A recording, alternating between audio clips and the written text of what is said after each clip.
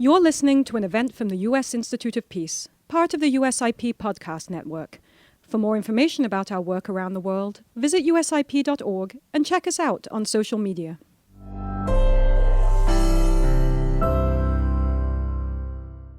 Good afternoon and welcome. On behalf of the United States Institute of Peace, we are delighted to welcome you here to the first day of the 5th Capitol-level meeting of the Women, Peace, and Security Focal Points in Washington, D.C. My name is Kathleen Keenest.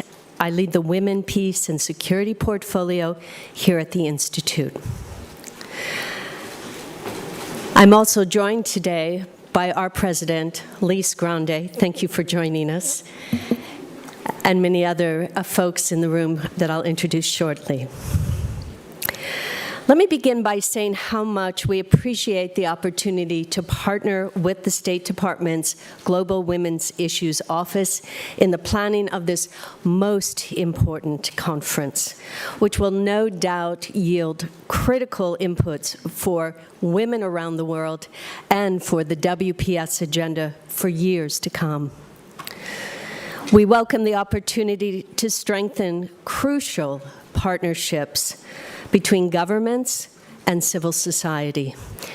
We look forward to pursuing this WPS agenda, which truly remains a key avenue for progress globally. A special welcome to Ambassador Geeta Gupta, the new Secretary's Office of Global Women's Issues. Congratulations. We welcome the co-lead of the American and Romania focal points, Lieutenant Colonel Manuela Buccia, Romania focal point, and our U.S. focal point, Kat Fodovat, senior official with the Secretary's Office of Global Women's Issues. For those of you who may not be familiar with the Institute of Peace, we are an independent, federally funded institution founded by the U.S. Congress nearly 40 years ago and dedicated to the proposition that peace is possible, it is practical, and it is essential for our country and global security. Thanks to our leadership, USIP has been committed to women, peace, and security for the last 12 years with the dynamic energy of both staff, government partnerships, global efforts, and certainly the dynamic energy of civil society. USIP became the Secretariat for the U.S. Civil Society Working Group on Women, Peace, and Security about a decade ago, and is now made up of 65 member organizations committed to building awareness and engaging with the U.S. government on key concerns on women in conflict and ensuring women are a significant part of all peace processes. As an example of this commitment, USIP awards annually the Women Building Peace Award, which honors courageous women in civil society who risk their lives to create peace in their communities and in their countries, leading movements for justice, security, and inclusivity, despite often being very overlooked in these efforts. Just yesterday, and I hope you received the flyer, we opened nominations for the 2023 Women Building Peace Award. It will be open for the next month. We invite you to submit a nomination identifying an exceptional woman who is building peace in her country, in her community. For further information, please see our website. The Women, Peace, and Security agenda has long been championed as a pathway for designing and implementing policies that improves women's inclusion in all facets of peace building. As we convene to discuss today the adaptability and the evolution of women, peace, and security as a framework for implementing policy change, I'm very honored to introduce our two keynote speakers today to share their experience and work on this most important agenda. I'm going to introduce both of them, and then they will come up one at a time. First, Assistant Secretary Ann Witkowsky directs the Bureau of Conflict and Stabilization Operations at the U.S. Department of State. With over 3 decades of experience in government, Assistant Witkowsky has worked on issues ranging from promoting democracy and stability, humanitarian affairs, counterterrorism, and arms control. She is the recipient of several State Department Superior and Meritorious Awards and the Department of Defense Medal for Distinguished Civilian Service, and the Secretary of Defense Medal for Outstanding Public Service. Thank you. Our second speaker is Jamille Bigio, who is the Senior Coordinator for Gender Equality and Women's Empowerment at the U.S. Agency for International Development, otherwise often referred to as USAID. She has previously served as a Senior Fellow at the Council on Foreign Relations, Director of Human Rights and Gender on the National Security Council. Jamille has led the interagency launch of the U.S. government's first National Action Plan on Women, Peace, and Security, which she was recognized for by the Department of State with a Superior Honor Award and the U.S. Department of Defense Secretary of Defense Honor Award. Thank you both for joining us today. We look forward to your comments, and please join me at the podium.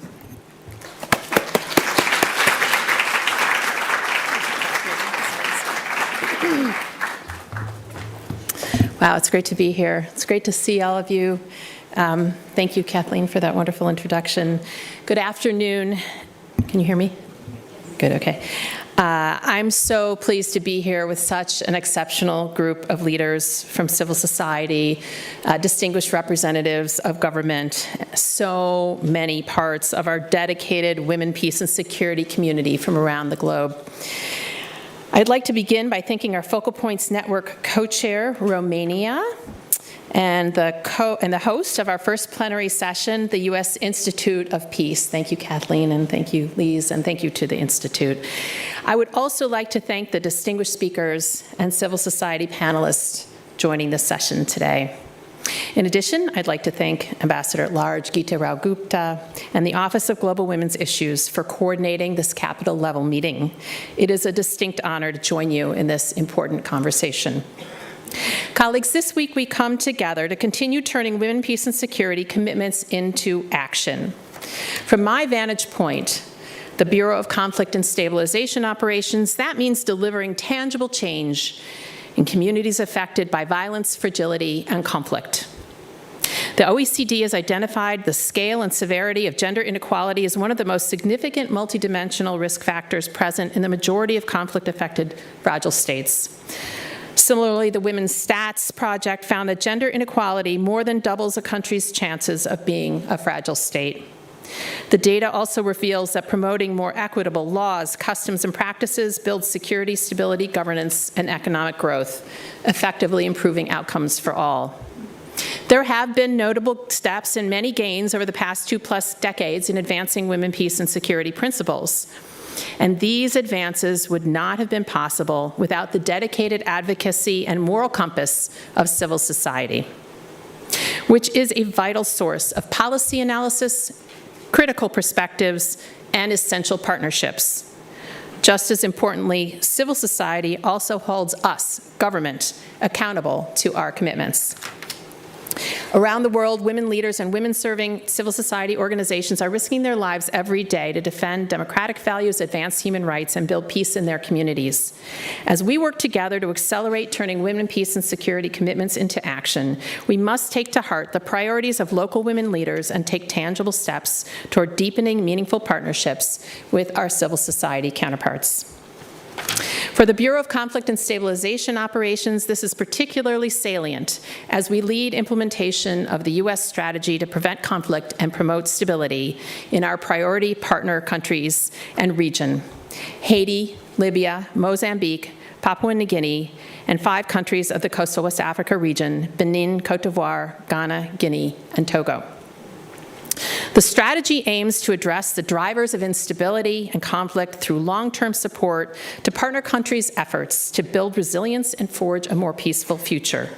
From enhancing local gender-responsive early warning systems and community dialogue to strengthening human rights and economic inclusion, the strategy reflects an understanding that empowering women is a critical part of building sustainable peace in fragile places. I want to underscore that for all of these countries, advancing the women, peace, and security agenda is woven into our innovative approaches in every one of these places. Under the strategy, we have developed 10-year plans for each partner country. These plans make a commitment to more meaningful and deeper partnerships with local governments, with civil society, organizations, and international stakeholders. In effect, the strategy aims to pursue U.S. foreign policy differently by placing greater priority on participatory, locally driven solutions. For instance, we know from hard-learned lessons that it is essential to respect and support the agency of local actors, especially women peace builders and human rights defenders who can drive change in their communities. And similarly, we know that those who are closest and most vulnerable to challenges know best where opportunities for peace and stability in their communities lie. Strong, meaningful partnerships are the foundation for sustainable impact and effectively addressing the long-term causes of fragility, inequality, and conflict. Just 2 months ago, I was in Papua New Guinea, a priority partner country for the U.S. strategy to prevent conflict and promote stability. According to UNDP, Papua New Guinea is ranked second lowest in the world for gender equality. While there, I met with local human rights advocates and grassroots organizations. They explained in detail the vital frontline services organized within their communities, including those that aid survivors of sexual violence and expand networks for women's economic empowerment in agriculture. I heard powerful examples of civil society leaders developing local solutions to meet the needs of women and to build more inclusive systems despite limited resources and opportunities to safely participate in the political, social, and economic sectors of society. I share this example to highlight how important it is for policymakers to recognize, work with, and learn from community leaders and women-led organizations. Civil society groups in Papua New Guinea are playing a crucial role in identifying and responding to the needs of their communities and thereby advancing the core principles of the Women, Peace, and Security agenda on the ground. We must work in tandem with them as we seek to ensure local ownership and foster long-term stability. Overall, in each of the partner countries, we are striving for a shared vision on how best to approach local challenges. We conducted hundreds of consultations to develop the plans under the strategy, and we intend to continue this consultative approach to deepening our partnerships with a wide range of stakeholders as we implement the plans. These partnerships with the local civil society will drive tailored, tangible, on-the-ground solutions that we believe will have lasting effects and address some of the underlying causes of instability, violence, and conflict. Another point I want to touch on today is related to the unacceptably low rates of women's participation and decision-making in peace and security processes. We are too often without the diverse perspectives, still too often, without the diverse perspectives and innovative solutions necessary to tackle complex and global and local challenges. Within the Bureau of Conflict and Stabilization Operations, we have observed that nearly every conflict is rooted in some form of exclusion. Our experience shows us that inclusion is necessary for durable peace. In practice, this means creating mechanisms within negotiations that actively engage and include voices that are usually excluded from decision-making. We do this by advocating, advising on, and supporting the use of mechanisms such as inclusive selection criteria and decision-making procedures, national dialogues, quotas for direct representation, and support structures for women, such as technical assistance and funding to support representation. We use a gender analysis of conflict lens to define our problem sets and make recommendations. We advocate for women's inclusion in our engagements with our international partners and with parties to complex political negotiations and peace processes. We design and manage programming to support inclusive implementation of peace agreements. Inclusion goes beyond any one institution or a particular decision-making effort. Inclusion has a ripple effect that can be felt for generations. We must catalyze and invest in inclusive processes now to support more resilient communities that prevent crises and conflict in the future. To illustrate further how we are putting into practice our commitment to advancing women's direct participation in decision-making, let me describe some work we are proud to be undertaking with civil society and international partners on atrocity prevention. We are working to advance women's participation in local, national, and global systems to anticipate and prevent atrocities and design gender-sensitive responses to atrocities. We recently partnered with local communities in northern Nigeria to advance women's leadership and decision-making in community-level early warning of potential violence and early response mechanisms. Through this program, communities have developed joint protocols to respond to threats and incidents of violence, including gender-based violence, that are specific to the security needs of women. Our local partners are now working to sustain these efforts by supporting the integration of trained female early responders into traditional decision-making forums. Looking more broadly across the U.S. government, the Interagency Atrocity Prevention Task Force is refining and expanding our atrocity prevention toolkit to incorporate conflict-related sexual violence. We are increasing our engagement with civil society networks to work in a trauma-informed manner with survivors. We are also incorporating CRSV risks into early warning, prevention, and accountability options for U.S. diplomacy, programs, and analysis. Put a different way, we will not wait until the outbreak of a crisis before building up and building out our capacities, engagement, and programs. Early warning is meant to enable early action. Consultations with CRSV survivors, while ensuring this is done in a survivor-centered and trauma-informed way, are vital to developing our response toolkit. And of course, we are working closely with our global partners to consider concrete next steps to prevent atrocities.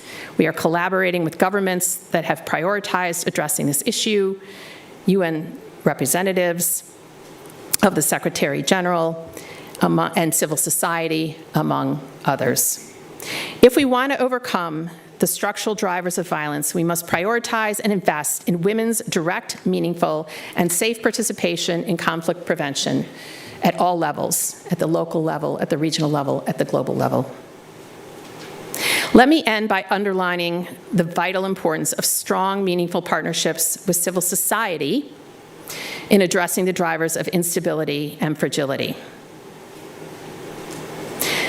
My team in the Bureau of Conflict and Stabilization Operations is committed to playing our part and will continue to advance women, peace, and security in every way we can do so.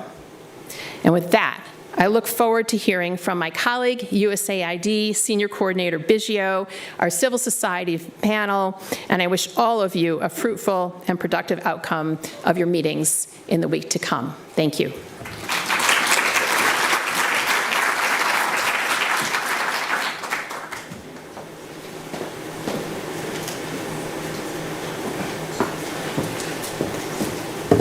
Thank you so much, Assistant Secretary Witkowsky. Such a pleasure to follow in your footsteps and welcome your leadership at the Bureau for Conflict Stabilization Operations to have this commitment to recognizing that we must invest in women's contributions to peace and security to advance progress on these goals.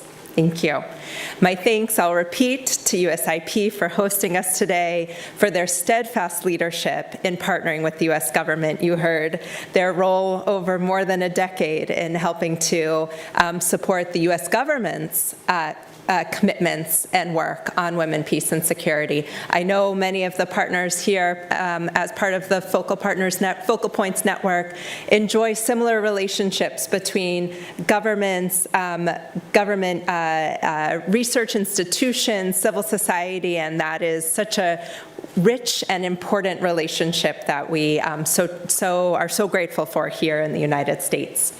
My thanks to the State Department's Office of Global Women's Issues for your work in gathering us today, for the other focal point leads, and for all of you, for all of the work that you do in your countries. We will advance progress only because of the partnerships that we have, and so we are very grateful for this ongoing dialogue and opportunity to to exchange and reinforce each other's work. It is my pleasure that I was asked to speak on this critical topic of partnerships with civil society. At USAID, we have set ourselves an ambition to partner more with local leaders and organizations around the world. In fact, we've set the target of dispersing 25% of USAID's resources to local partners by 2025.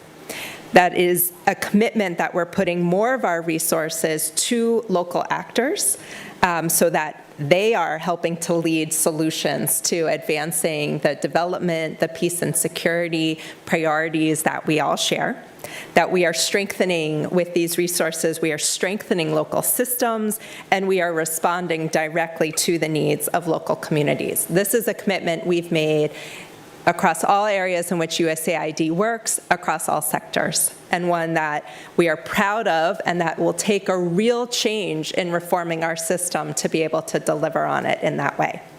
I want to share another ambitious goal that we've set that I hope you will also welcome. So we have committed that across USAID and the State Department, that in this coming year, in 2023, we will invest $2.6 billion in foreign assistance programs that promote gender equality around the world, doubling our previous investment. And I highlight these two goals given how critical they are to the topic we have here. We know that our efforts are more effective when local organizations and leaders are driving the change, when they are informing and designing the programs and have the opportunity to take that work directly forward. We also know that by investing in gender equality, we will further our goals on climate resilience, on economic growth, on peace and security. The research is there, the rhetoric has been there, and now USAID is taking steps to ensure our resources are there. This investment, as I noted, extends across all sectors in which USAID works. And with the gender equality investment, we align these resources and have as part of this a commitment to put local women and youth-led organizations at the heart of our programming. And we do this recognizing that by doing so, we can help build safer, healthier, more prosperous communities while supporting the local partners who are on the forefront of these efforts and who will continue to take this work forward, as you all well know, who are living and striving to do this work. And it means, for example, that for USAID, we will be investing more of our peace and security related work in direct partnership with local organizations, and we will be investing more of it towards our women, peace, and security goals. So for those of you in local civil society organizations, know that the USAID missions in your countries are working to partner more directly with civil society and are working to do more on gender equality. We have created, as a resource, a new website called workwithusaid.org, which is meant to help organizations around the world learn how to partner with USAID and know that we are reforming our systems to try to make that an easier process as well.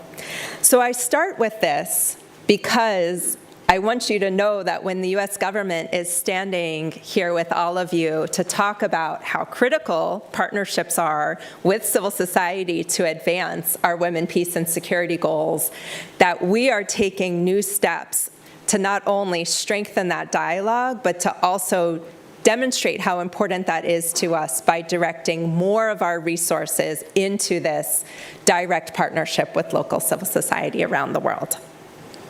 Let me give an example of what this looks like in the relief and recovery space. The United States has been a leading donor in humanitarian assistance around the world for decades. And as part of that work, we've been committed to addressing gender-based violence from the onset of emergencies and to partnering and supporting women-led organizations and their role in supporting humanitarian response. We have, in the last few years, renewed our commitment to these issues and have just recently launched the Safe from the Start Revisioned Initiative. This builds on a commitment that we made in 2013, and we have now renewed that and said that we will be doing more to protect all individuals, specifically women and girls, from all forms of gender-based violence in emergencies.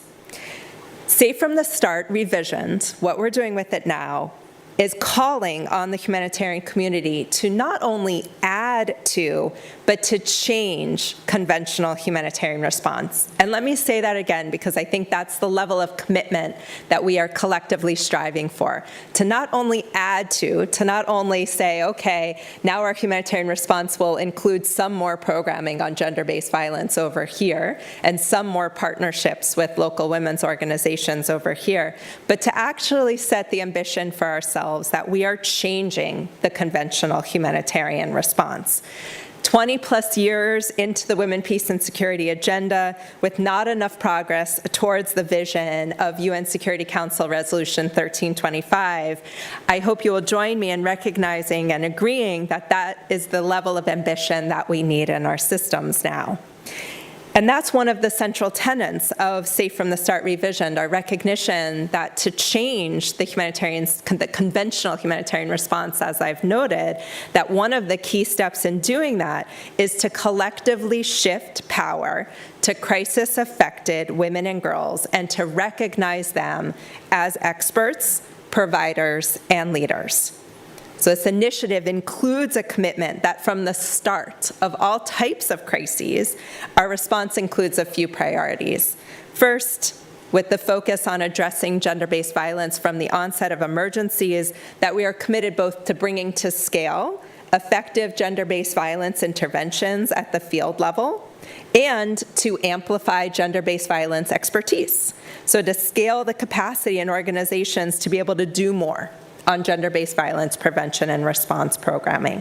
But in addition to that, the initiative also includes commitment that we increase the accountability to all women and girls in emergencies.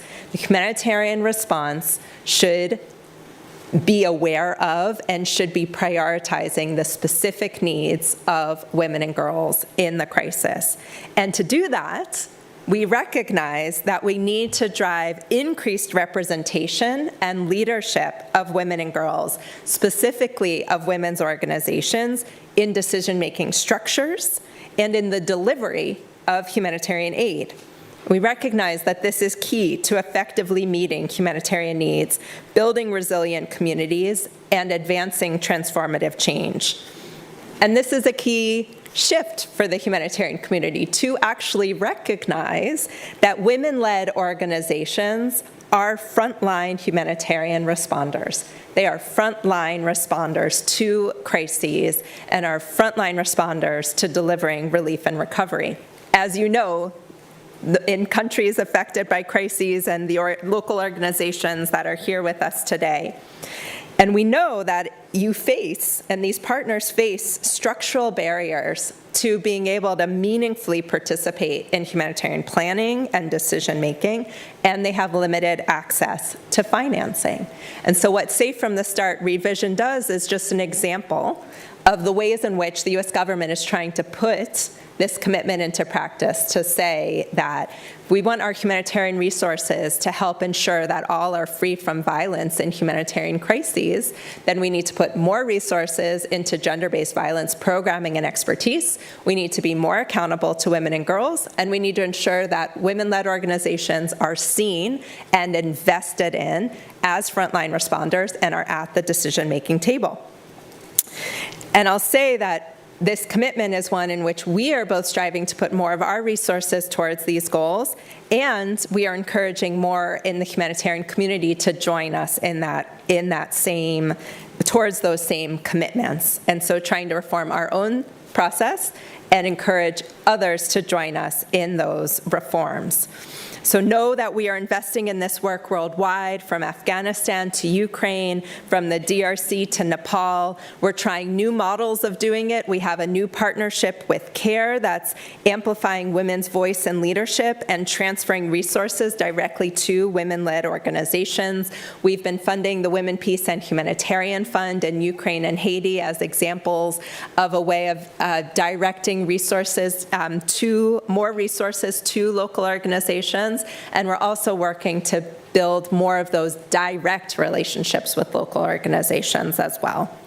So this is just an example in relief and recovery. Know that we are striving to do the same as we look at politics and public life. And we look at commitments that we've made through the Summit for Democracy, for example, to invest more in women's participation in politics and civic life, and recognize what barriers they're facing and investing in local organizations to help address those, to build the support of local partners in early warning and early response, to train journalists on conflict and gender-sensitive reporting, to ensure gender-based violence programming is survivor and trauma-centered.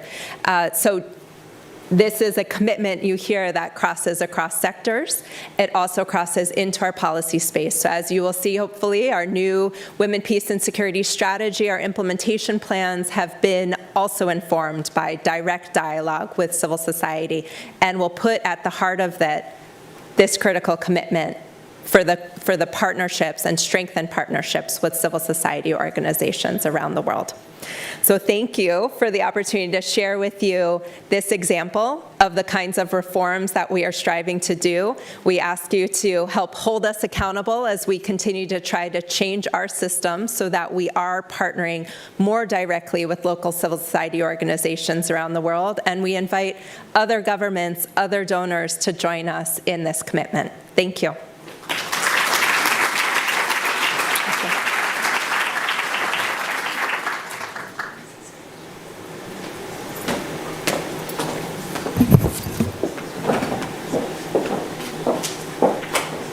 Thank you so much. Is the mic on? Yes. Okay. Wonderful. Thank you. I want to thank both of you for your comments today, helping us really look at, these are the drivers of change in this room, and we're going to hear from some of these drivers of change now. And so I want to also let the audience know that we will, toward the end of the discussion, have an opportunity for you to ask your own questions. So please be thinking about them. So this year's theme is really focused on advancing the adaptability as well as the evolution of women, peace, and security as a framework for policy change. Top down, bottom up, as we say. It goes both directions. And civil society also creates the horizontal axis. And so we have joining us today both the top down and bottom up and the civil society. So I'm looking forward to the discussion. This is how we're going to do it. I'm going to ask each one of our panelists a question as I introduce them. So I could introduce them all at once, but you would probably forget something, and I really want you to know who they are. I'm going to begin right here on my right, and I am going to introduce to you Sanam Naraghi Anderlini, who is the founder of the International Civil Society Action Network. She will refer to it as ICANN, all right? Just so I know you well.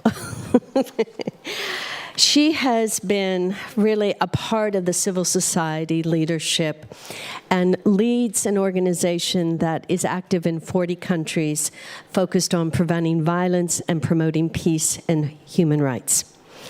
Sanam has led the groundbreaking initiatives, including being a drafter of the seminal UN Security Council Resolution 1325, and I'd be remiss if we weren't going to start there today. So, Sanam, can we just begin with how in the world did you have first of all, somebody gave you a pen and you started writing, but tell us, how did you get engaged in this area? Thank you. Can you hear me? Yeah. Thank you very much. It's lovely to be here with everyone. this is not a very gendered chair. If I sat back, my legs would be dangling on the edge because it's designed for much taller people. So sorry that I'm sitting on the edge here. So if I go back, and it's really a pleasure to share the story, because so many of my partners who were with us back then are also in the room. For me personally, it started when I was 11 years old. I was a child of the Iranian Revolution. I was sort of spat out of the country. I didn't see my father for 7 years. My uncles were in jail, and the women in my family, my mother was standing in line trying to figure out where my uncles were and whether they'd been killed overnight, because there were spates of executions happening at the early start of the revolution. So in a way, a lot of this question of how women become the actors when a crisis happens was, for me, something that I saw in my own family from a young age. And I had this very naive sort of belief that I wanted to avoid other people in other countries going through the trauma of what I had gone through, because when your country splits apart or when you have a crisis internally, for all of you, it's a historical moment. For me, it is a perpetual return decade after decade, and it's a never-ending story and multi-generational. So that was my initial motivation. I wanted to stop others going through this kind of crisis. I was inspired by what happened in South Africa and the idea of conflict transformation. We were talked about conflict prevention because the genocide in Rwanda had happened in the early 1990s. But I was working at an organization in London, and one of the things that we discovered was that while the men talked systems and structures and theory and concepts, it was the women who were talking practical issues. And at one point, I remember talking to a colleague of mine, and I said, okay, so if a conflict happens, who is at the front lines dealing with it? Like, who's on the ground actually responding? And you kind of put your glasses on, and all of a sudden you see women. You see women hiding the men. You see women protecting the kids. You see women negotiating with the security actors and so forth. And in 1998, we had the first international conference on women and conflict in London with women from 50 countries around the world. There were people who had been fighters, women who'd been fighters and had come out of that space. There were people who had been victimized. There were women who were peace actors. 4 years after the Rwandan genocide, a woman stood up on stage and she started talking about having to think about peace and reconciliation and thinking forward. She was from Rwanda. I later discovered that she had lost 100 relatives and had been picking up body parts. And I sat in that room. I was about 28 years old, and I come from a very large family myself, and I thought, if one person in my family had been killed during the Iranian Revolution or at any point, would I have the heart to do what this lady did? Would I be the kind of person who would be angry? Would I want revenge? Would I get depressed? What would I do? And I have been very fortunate. I have not had to answer that question personally. But what it did for me was it galvanized me, and at the time, and that was really the moment where this group of 50 of us sat together and said, we need a new vocabulary. We need to go and have a new framework, a policy framework. Out of that came the Women Building Peace campaign. It had a policy pillar. I had a very scary lady boss who said to me, go to the Security Council and get a Security Council resolution. I was more scared of her than about anything to do with the Security Council, frankly. I came to New York. We had partner organizations. It was very much a civil society-led effort with organizations in New York, and then this big campaign going around the world asking women in Uganda and elsewhere, what do you want? What do you want in this resolution? So the drafting was really a culmination of what came from civil society on the ground, all of us sitting there, and I'm a writer, so I did have a pen in my hand and doing our version of the resolution. And then really taking it to the governments and saying, you guys can't deal with civil wars. Our international system isn't designed to deal with internal conflict. You need us. We are building peace. You need our help. And that was the message we went into the council with back in 1999, 2000. And it was Namibia and and Bangladesh, which were the first countries to come on board, not the United States, not England, which was not the UK, which is my own country. Now the US is my country as well. But none of the Western countries really came on board with it until much later. And when they did, they came and understood women as victims. They didn't understand women as agents and actors of change. And this is why this agenda is so important and so global. Thank you. Thank you, Sanam.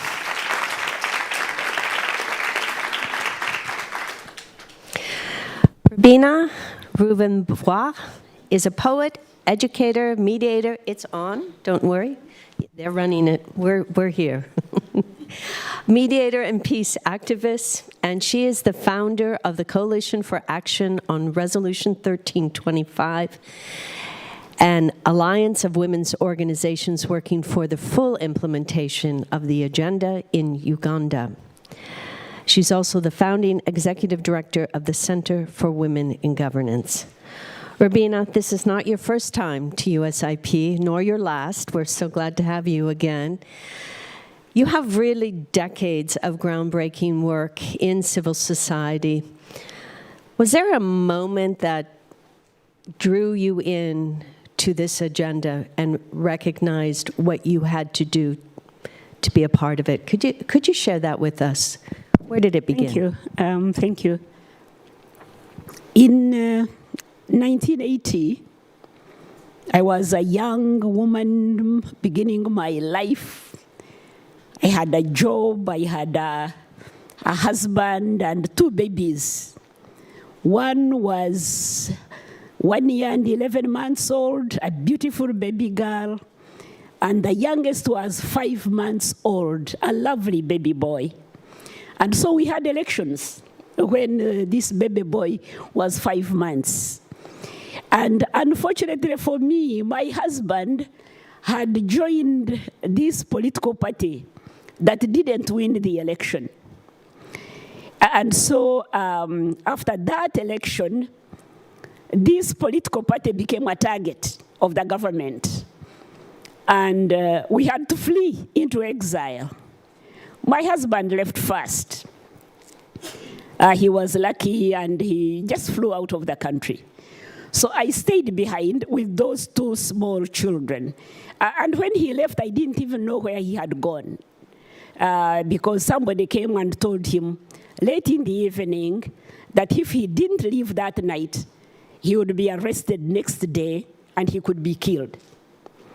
And so in the morning, I woke up without him, with my babies, and I didn't know where he had gone, but I knew he had gone.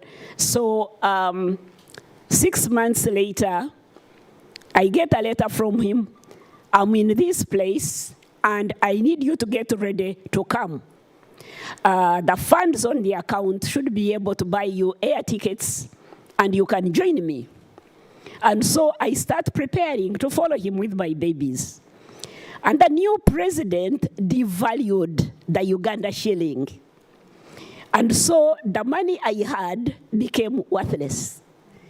I couldn't afford even 1 air ticket, leave alone 2. So I had to leave my country by road with 2 small children and a suitcase of their clothes. At the time, the border between Uganda and Kenya was not as developed as it is. Now there is only 1 building with 2 border posts. At that time, the border for Uganda, there was about 1 kilometer between the 2 border posts. So I took a taxi to the border post, and I had to walk that 1 kilometer with my little baby on this side of me, with a suitcase with baby's clothes. I was holding it, and leaving my 1 year and 11 months old daughter to walk beside me. That distance of 1 kilometer was too long for her. So somewhere in the middle, she started crying. She started sniffling, and then she started wailing. And I didn't know what to do. But I knew at that time that I didn't want any other woman to go through that. And so I went into exile. When we returned from exile, again, I had just gotten my master's degree, and I started doing work for an organization that was involved in peace building. And there was war in Uganda. armed conflict between the government and the Lord's Resistance Army. And this organization would take me to northern Uganda to visit women in the IDP camps. I still see the faces of those women. I still hear them sharing their stories.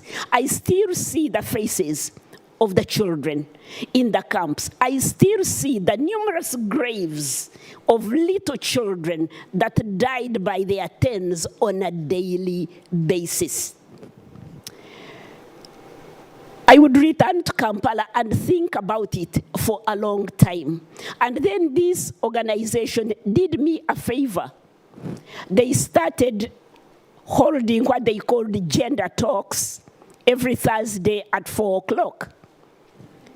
And so I would go and attend these gender talks. And then I learned about gender work. Then I learned about what we could do, you know, to make the situation of the women in these IDP camps better. And so I resigned a very good job with the Ministry of Finance and went into civil society. And I've never looked back. I'm going to stop you there because we're going to take... Because I've finished. Oh, no, because we're at your feet listening. Thank you so much, Robina. Sebastian Osorio is the Women, Peace and Security Focal Point for Chile. Thank you. He's a Chilean Foreign Service diplomat who has multitude of government experience, including your Cooperation and Development Agency, working during your national membership into the UN Security Council, and with International and Human Security Division on peacekeeping and the WPS agenda. Thank you for joining us today. Your experience as a diplomat has really taken you from all sorts of perspectives, which we're looking forward to hearing. But how did you get involved with the work on women, peace, and security? And I would add, we welcome every man in this world. So we're glad to welcome you to this panel.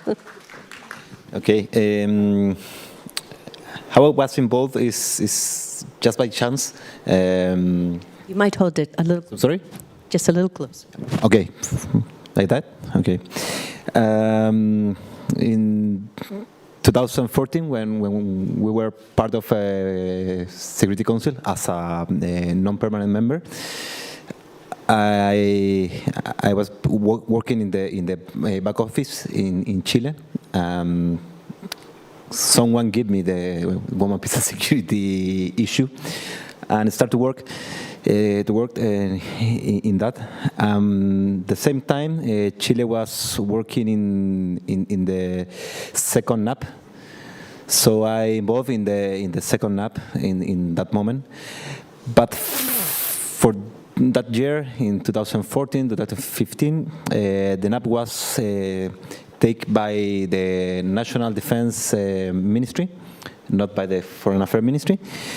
So the involvement of civil society was really, really little, and we don't ask the civil society too much information, and we don't have a, how can I say, we don't complain, or we don't merge with the civil society in the good way. Just with some academic specialists in women, peace and security, all them women, it's not need to say, just 3 specialists, academics person are specialized in the agenda.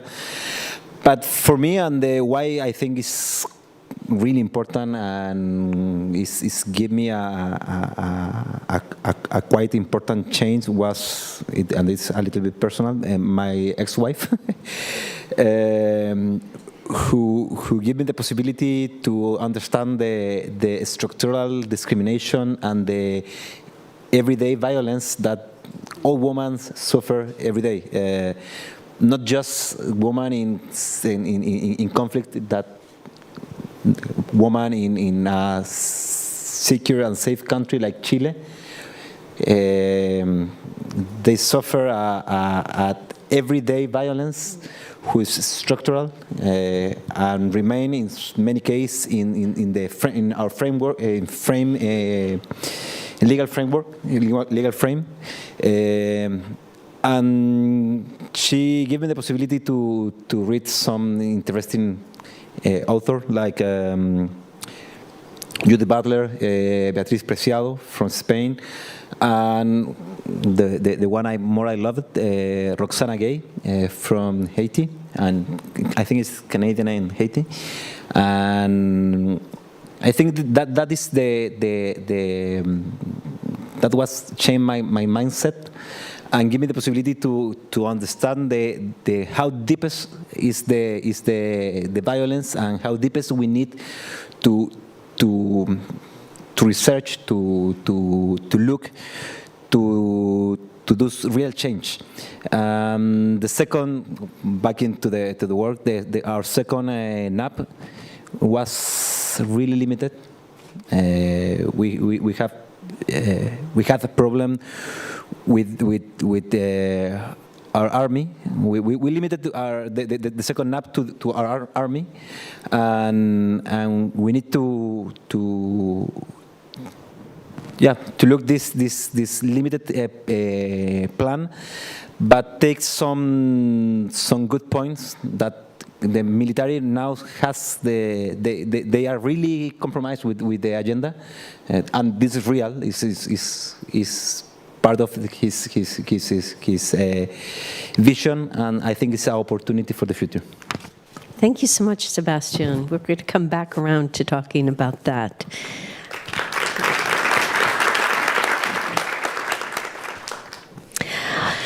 Rachel Firth. I feel like we're about 20 years I know, so far away. Hi. Rachel is the founder and managing director of the Global Office Consulting. She's been involved in policy formation for global health initiatives in accordance with the Sustainable Development Goals, and has supported the national strategies for maternal and child health in Africa. She has delivered global campaigns, advocacy initiatives in the gender and global health space. Rachel, there's no surprise what I'm going to ask you, but how did you get involved in this field of women and girls? And just a little bit about your organization, since you work both at the local nonprofit as well as national and international. So your through line, tell us about that. I am through line, yeah, thank you. Lovely to be here with you all, and definitely getting a bit of imposter syndrome on a stage like this and in a room like this, so bear with me. So yeah, I work with... Do you want to put your... Just a little... Hello? Up here? I work with women's rights organizations, institutions and initiatives to design and deliver strategies and campaigns that move issues into policy and funding spaces, or to mobilize the public around that issue to build voter support around whatever that issue is. So I've spent a lot of my career working with smaller civil society or women's rights organizations. These are organizations who are doing work such as midwives in Pakistan who are figuring out strategies to reach villages and women who are cut off from the floods. Local organizations in the US who are fighting to uphold women's rights to family planning and abortion. Climate activists and a lot of other organizations and institutions that are figuring out how to have more impact with their money. So through this work, I've been working with these types of organizations for about 15 years, and it's pretty much the same thing that I see over and over again. Great ideas, amazing solutions, powerful advocates, smart women, and no money. Just no money. And so there's only so far we can ever go, right? With any of this work that's going on, it can be amazing work, but if you're not communicating about that work, then the work's invisible. No one's hearing you. And if no one's seeing you and no one's hearing you, no one's funding you. And so it's no surprise that, you know, we've been having the same conversations that we've been having for the last 15 or so years, and I'm sure that's resonating with all of you. So I started Global Office with the goal of working with more than one organization at a time, because I guess I was bouncing around smaller organizations doing a lot of this work, and really looking to not only support organizations in doing these campaigns, but to connect across organizations and spaces, the people, resources, and create partnerships between organizations so that we can have more impact together, because women's rights is very lowly resourced, as we all know, and we are not going to be able to compete against the millions that is being put into communication efforts from big business and right-wing political parties unless we start to get really, really creative in how we communicate around this work. And so I've been working with organizations and networks of organizations to do just that, use the tiny amount of resources that we have to have a greater impact together. And so, yeah, I think that pretty much covers what I do. Yeah, no, that's great. Thank you so much. Well, now you've met the panelists, and now we're going to talk more about what has been going on. Sanam, I'm going to come back to you. We've seen over certainly the last decade, a global backlash against gender equality. How do you think the inclusivity of the WPS agenda can be emphasized by engagement with civil society? How do we make a difference? How do we make a difference in civil society? So just to situate where I am right now in terms of ICANN, when I left Alert, after I did the advocacy, I came to the States, I worked with Women Waging Peace. I got a call from Swanee Hunt, who said, I'd already done a report on how women contribute to peace processes. She said, will you do another report? And I said, unless I can do research, there is nothing new I can tell you. So I led a 15-country study. We designed it to go and look at how women contribute to peace processes. We looked at their role in disarmament, their role in security sector reform, their role in transitional justice, and so forth. And that body of work then became part of our advocacy to say, look, this is already happening. How do you draw from the experiences and good practices to standardize it? I went into the UN system. I did trainings. And I kept thinking, if we just give the information to the system, they will do it. After a few years of doing this, it was like, no, they're not going to do it. We all know this. So I started ICANN. Visakha told me, yes, we need a new organization. And the idea behind ICANN is that what we have is, I have a very small team, but we're an alliance. We spearhead an alliance of independent women-led peace-building organizations in 40 countries. We have 100 partners, and some of those partners, like Robina, are national networks. So it's really a cascading effort. And the whole thing is, I don't need to have an office because she's in Sri Lanka, she's in Uganda, Syria. We have various partners here, which Ruby's there, etc. So it's this thing that it's creating a community, which is really important. We need solidarity. When you're working in conflict, it is lonely work. It is dangerous work. Sometimes a bomb goes off, and there's nothing I can do sitting in Washington, but I can send a text, or I can write and call and say, are you okay? Is your family okay? So our model is personal support and solidarity across the network, professional support, so advocacy, trainings, all the things that I've done, everything that I did inside the UN as the first gender and inclusion mediation standby team member. It's like, if I can do it, everybody else can do it. So now I turn those into resources for our partners and for our government partners as well. And then the third element was the funding. So we looked around. There was no specific funding for women-led peacebuilding organizations. Because peace work is political, we believed, and I still believe, these things cannot sit in the UN system. They get politicized. So we set up something called the Innovative Peace Fund, initially with the help of the UK, and then with Canada and Norway and others coming along. We just hit the $7 million mark. We just dispersed, in 7 years, we've dispersed $7 million, 180 grants in 29 countries, from $3,000 to $100,000. I say all this because if it wasn't for civil society, this agenda would actually not exist. When you look on the ground in Yemen and you think who was out there negotiating the release of detainees, it was the mothers of the Detainees Association. When you look at what is happening in terms of election violence in Uganda and who's preventing it, this lady is with her youth boot camps. Right now in Sudan, I was in Sudan when the transition happened. We said, Women Matter. I was back there in January. The international community has completely sidelined women, civil society, all the revolutionary women that were there, all sidelined. They just talked to the guys. Look at what's happened. Look at what's happened in Afghanistan. If we don't listen to the peace actors, and I talk about peace builders and peace, and these are actors, not just generic women, but the ones who risk their lives, this agenda and peace in the world will not take place. So civil society is the heart, it's the engine, it is the commitment, it's the real people who are doing the work. And I'll end with this. Unfortunately, I've been doing this for almost 30 years, and I work with many governments, and every 3 years I get a new person who becomes my focal point in government X or Y. It's like starting at first grade again. Okay, I'm sorry to say this, right? Civil society has the expertise, it has the history, it has the knowledge, it has the trust in places none of us can reach.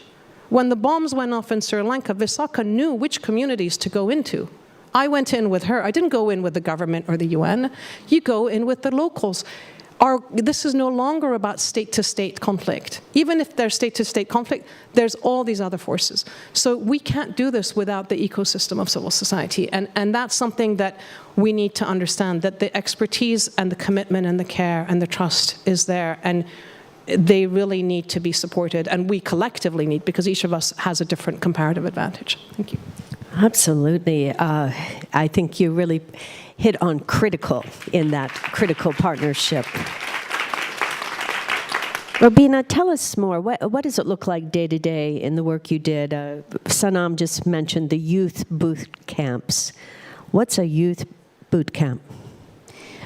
One of the things that we do, because we believe that for this agenda and the national action plans to be successful, they must be rooted in communities to address the root causes of conflicts in communities.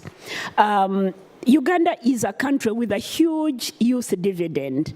75% of our population are below 35. So it's really young people. It's a young country. And what we experimented with in our last general elections with support from ICANN was to work with the youth that we were already working with, because we conduct 5-day residence leadership and peace-building boot camps for young people. And we graduate them then as peace ambassadors. So we got these peace ambassadors together, and we trained them in elections observation and monitoring. We had them accredited by the Electoral Commission. And we set up a youth elections observatory in Kampala, the city, which was physical. And it was managed by young people, male and female. But we had a desk for the police, we had a desk for the Electoral Commission, and then we had a desk of what we called eminent youth. These are youth leaders that are in parliament, they are national leaders. And we deployed the youth we had trained in different districts of the country to observe elections. So our Youth Elections Observatory was a mechanism for preventing election-related violence before, during, and after conflicts. I mean, after elections. So if there was an early warning signal that they detected, they would call the call center. We had a toll-free line. And if the issue required the immediate intervention of the police, they would report it to the police desk, which was in the center. And then the police would call the district police commander on the ground to provide real-time response. If the issue required the Electoral Commission, they handed it over to the Electoral Commission desk.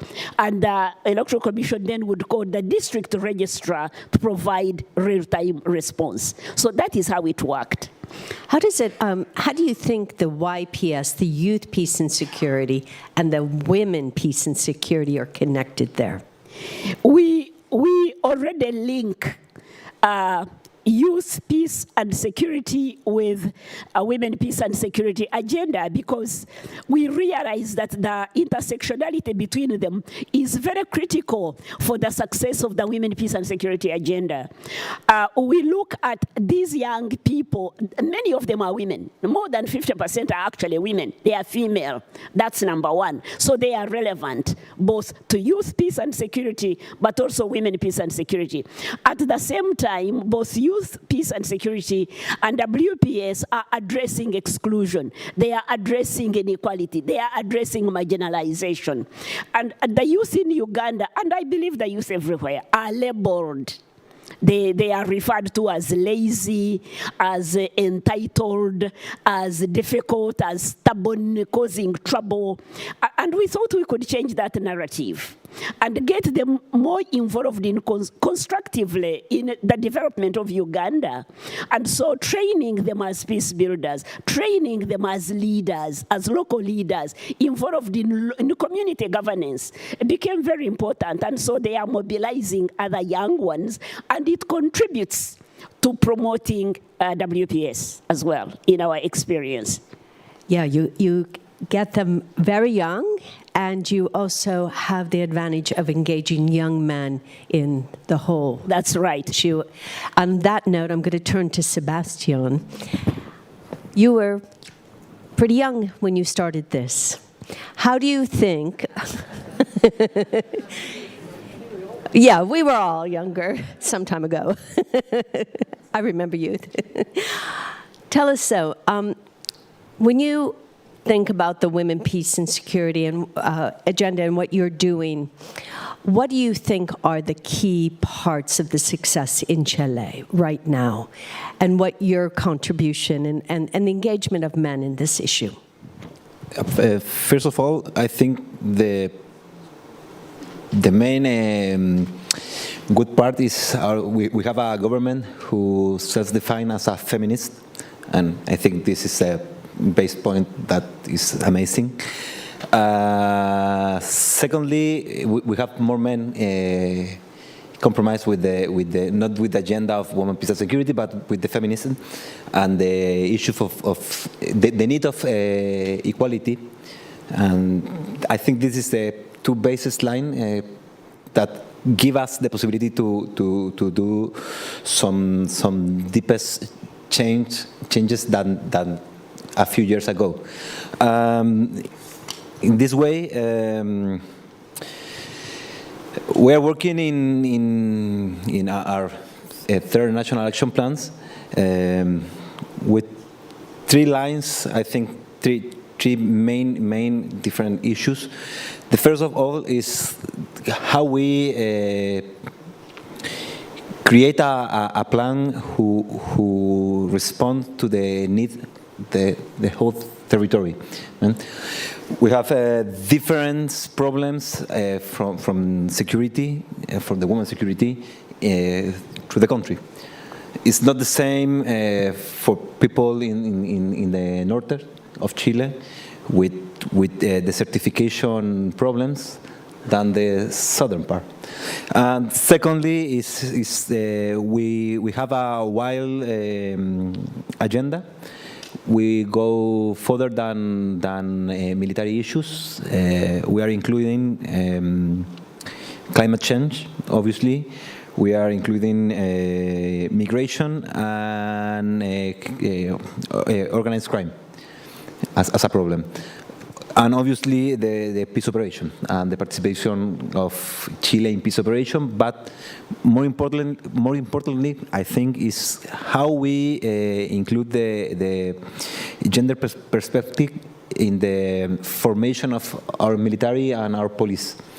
We must transferlize the gender perspective in the curriculum, and must be the gender perspective part of everyday work in the army and the police.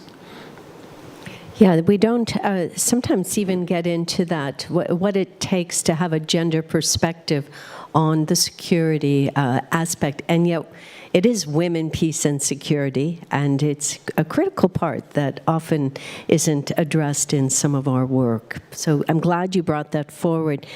Rachel, I'm going to go to you next before I go to the audience. So audience, please be ready, and mic runners, wherever you are, please be ready as I watch the clock here a little bit. Rachel, tell us a little bit more about how you have engaged civil society in terms of how you see this adaptation and evolution of the women, peace, and security agenda. And what do you think is missing? And you can come back to the funding issue. I know that's big. Yeah. No, that's fine. So yes, one other piece that I should tell you about is that in 2020, we set up a network called Women in Dev, which today is a network of about 10,000 women who are working across all different types of development and social justice organizations. And together, we're collectively advocating around transforming funding practices, advancing women's leadership, and instilling feminist leadership models.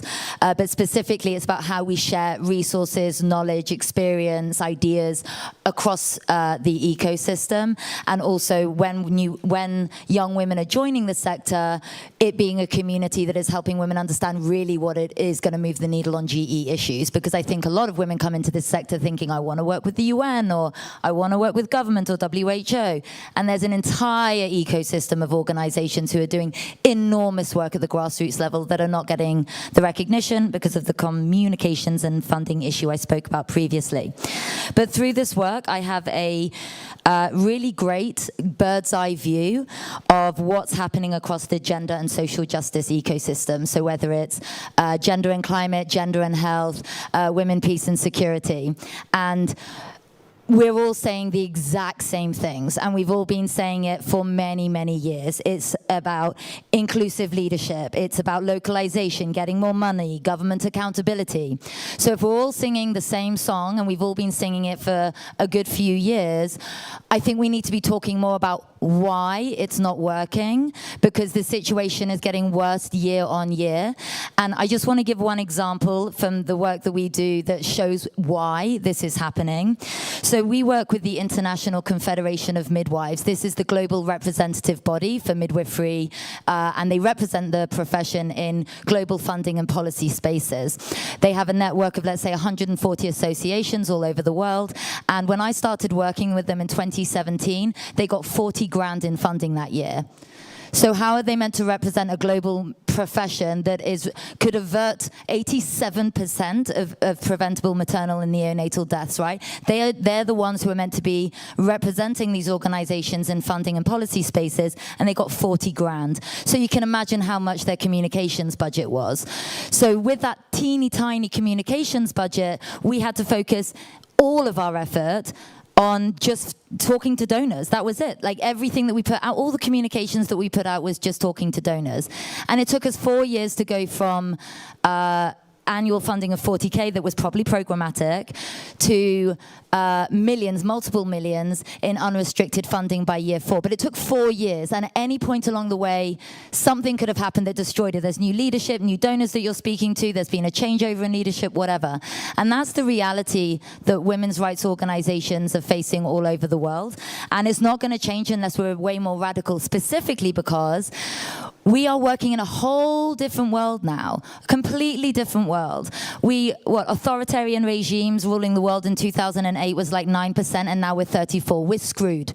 Like, this battle has been taking on to different spaces, it's online, and we don't have the resources. We've starved civil society of funding for so long that how are we expecting them to now step up in this whole new world where organizations and big business are putting millions into communication and lobbying your governments for the same money that could be going to you? So we need to be getting far more radical or aggressive in the type of funding that we think is going to make a difference on this, because otherwise in like another 5 years, 10 years, we're going to be having the same conversation about representation, the need for more money, and the need to hold governments accountable. It's too slow, and then we have just like a crisis every other week that destroys the gains that we've spent 4 years, 5 years making.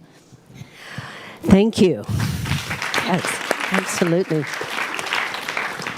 I'm going to turn now to the audience for your set of questions. And because we have a short amount of time, I would ask you to introduce yourself and what organization. We don't have time for your commentary, even though I know it's really important. But if you have a question for one of the panelists or any of them, we're going to take it. If you could just raise your hand and we'll come to, I see two right here and I see a third there, and I'll take each one of your questions and then bring it back to the panel. So right here in the middle, and if you wouldn't mind just standing up so we can see you.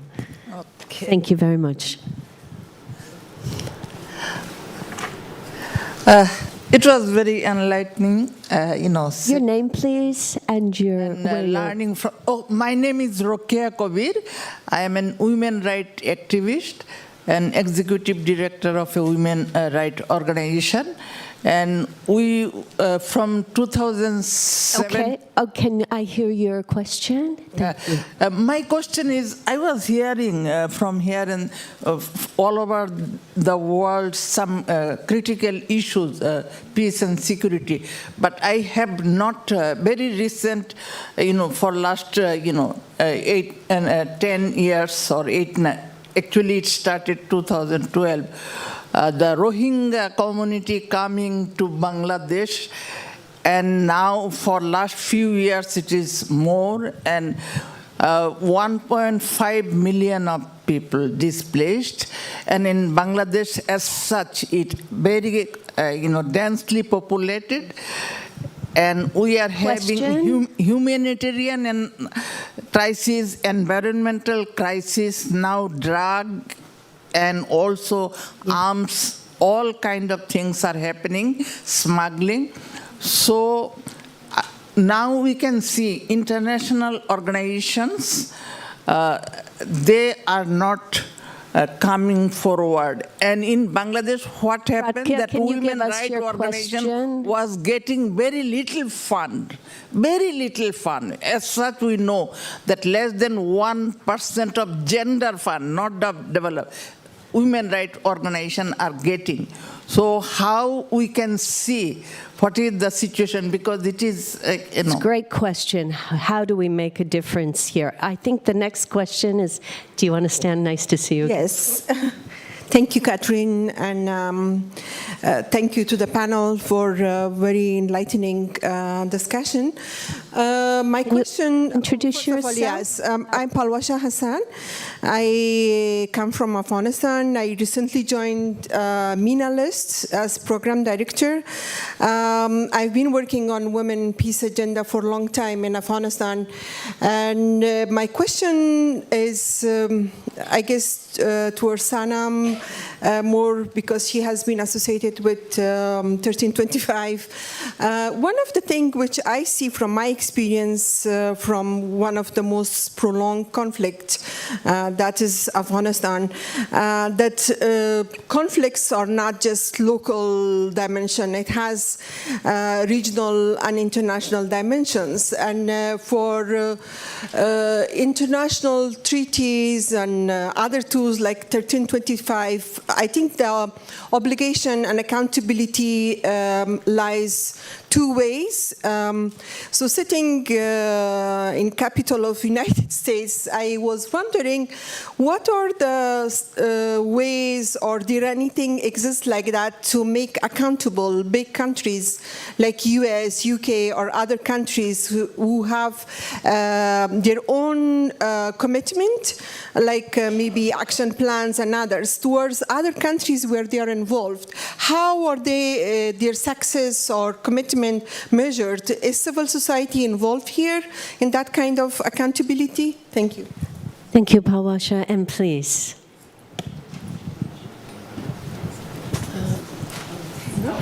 You have the mic, you have the power. My name is Annie Modi. I am executive director of Afia Mama NGO. It means Women's Health, and I am a member of a strategic committee for the African Women Leaders Network in the Democratic Republic of Congo. I was just smiling because the speaker just before me took part of my question on accountability of donors, also toward I would say, a population who are benefiting from the donation. And also, secondly, my question to Sanam is, how do you see, or can you respond on the question of the nexus between the humanitarian crisis, the political participation of women, and also the sexual and reproductive health and right? Because sometimes funding comes as thematics, but we have women who sit, if I take the eastern part of the DRC, we have conflict, we have elections coming, and to have women around the negotiation table, they have to come from political parties. How can you advise the challenge of the integrated funding? Thank you. And I'm going to take one more question right here in the pink outfit. Thank you. If you wouldn't mind standing. Hello, my name is Nikola Popovic, Director of Gender Associations, and I wanted to ask the panelists, if we have this normative framework now for 23 years, if we know about the lack of funding in women's organization, if we're all singing the same song, if we have a room full with hundreds of people working on women, peace and security, why is there such a gap in funding? Why are we, and also the language, funding, it sounds like an altruistic act of somebody doing us a favor out of altruism. Why is it not an investment in all our future? Thank you. I'm going to begin with you, Rachel, because I think that question was right for you. I thought you'd never ask. There's many reasons that I think that we're not effective in persuading governments and other donors to invest more in women's rights. We, as a global community, like to wait until the village is burnt down before we send the resources for that village, and then we're surprised at why civil society is not more effective. So I think that there's several things. I think that collective advocacy and collective strategies around how you're targeting different donors is something that the women's rights community could do a lot better in general. Like, I don't think the WS is probably speaking to the climate activist groups, and everyone's going after these teeny tiny pots of money. And what everyone needs to be doing, and I think I mean in this context, the focal points from around the world, is figure out what your agenda is, cost it, and go collectively to the organizations and say, this is what it is that it's going to cost. And whatever budget you've got in mind, double it, and then put half of that money to women's funds in the countries that you're working, so that they are actually feeding money into the local organizations who are doing a lot of this work and who you are going to rely on when shit hits the fan.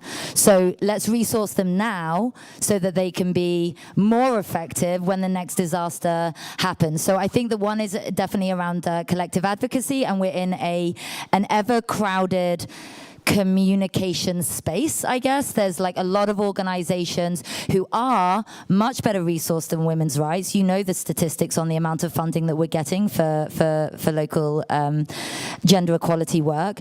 So, and they are putting millions into campaigning efforts. So, and what we'll do is kind of get together and say, okay, let's put about 30,000 to communications and think that it's going to make a difference. Like, people don't even know what Women, Peace and Security means within some of the governments that you're already working with. So how are we expecting to have any real influence unless we start cranking up the gears a little bit on the volume of money that we're putting to our advocacy and communications work, and how we're working together to form a collective strategy around how we advocate to different groups of donors and other partners. Sanam wants to weigh in on the accountability, I think. Well, there are two things. On the accountability, in this country, we have a law called the Women, Peace and Security Act of 2017, and it talks about the fact that if the United States is involved in a peace process, it should include women in the peace process. It's a law, so if somebody breaks that law, whether they are a high-level government official or otherwise, they should be held accountable. Our senior envoy for Afghanistan broke the law. He did not do what the law said, which was to bring women to the table. He laughed at Afghan women. So either if you break the law, you get held accountable, or some people are above the law. We have to decide what kind of country we live in. And I really mean that, because we are talking, when this agenda, whether we think, Security Council resolutions, by the way, are international law as well, according to the Charter. When our diplomats do not implement these laws, they are risking the lives of millions and millions of people.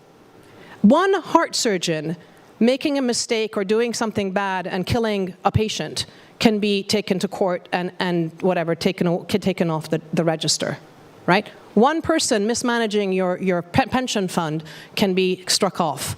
Why is it that there is no accountability for these folks? And I'm sad to say it's mainly men, and we know and we see them all the time. And right now, in the case of Afghanistan, it's really dangerous because we are beginning to normalize the Taliban. If the Taliban ends up having a seat at the United Nations, we may as well pack up the doors of the United Nations and go home. Literally, it is done. We are done. So this is not just about Afghanistan, it's about everywhere, and we need accountability. That's one thing. On the funding question, when we started our work and we set up the fund, I did a lot of research to see what was available. What is it the donors were saying? They kept saying to us, we don't know who the local women's organizations are. It's hard for us to get money to them. Administratively, we can't handle small grants. So we said, we'll do that. We'll do that heavy lifting for you.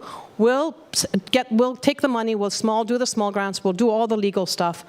And then I went back to England one year and they said, the appetite for risk is very low.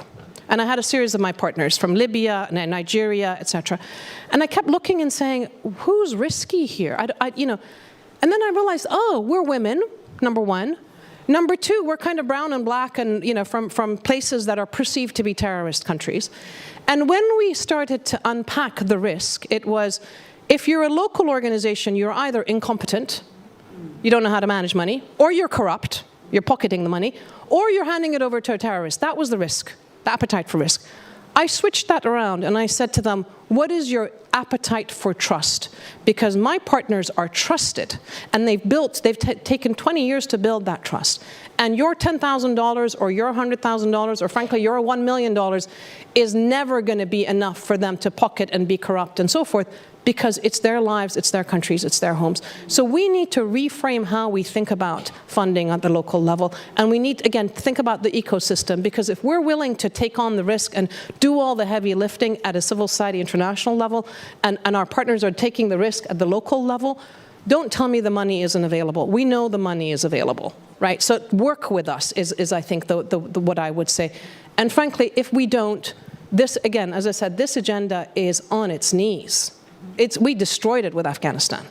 My organization should not have to be evacuating 1,100 Afghans, which is what we ended up doing. That should have been the role of the governments who said they protected women peace builders, and they didn't. So we need to shift the responsibility and the power dynamics here. Thank you. Thank you, Sanam. I'm going to shift to Rubina and to Sebastian, because we're nearing the end of our time, and I want your final comments as well, and in response to our questions from the audience. Sebastian, do you want to begin, and then I'll move to Rubina. I'll be quite really short about the money. Naturally, we must spend less in guns and arms in general. So go to disarm and spend more. Well, invest more in development. That is an obvious issue, but that might be a compromise of the main countries who produce guns. It's not Chile, it's probably not Uganda, and you know what I'm talking about. The second part is accountability. I'm not be more agree with you with the importance of accountability in Birmania, in Afghanistan, in everywhere. But we need a compromise too with the big countries, with the Rome Statute. Without the compromise with the big countries who are not part of the Rome Statute, it looks weird that we ask for accountability to others if we are not available to do it. So that. Thank you, Sebastian. My message would be that the work that we do counts. It counts, it's effective, it has impact. It touches the real issues, the root causes of the problems, and the lives of the people. Whether it is peace-building work in communities or whether it is gender-sensitive humanitarian action. I think we've got to follow your example and craft messages that are positive when we are meeting with funding partners. But I've seen a dangerous trend in Uganda, for example.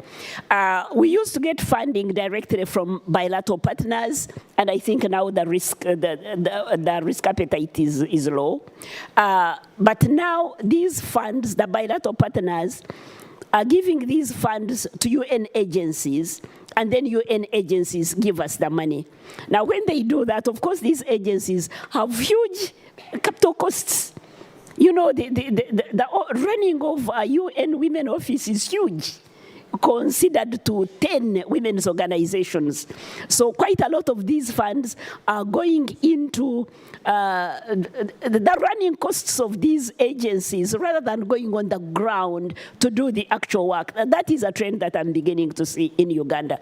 But let's, my sisters, my brothers involved in civil society, let's continue to communicate positive impacts of our work. Let's communicate results. And then when we get the funds, let's use them very, very well and make sure that we are reporting as expected, because our work speaks for us more than our words. Thank you very much. I want you all to...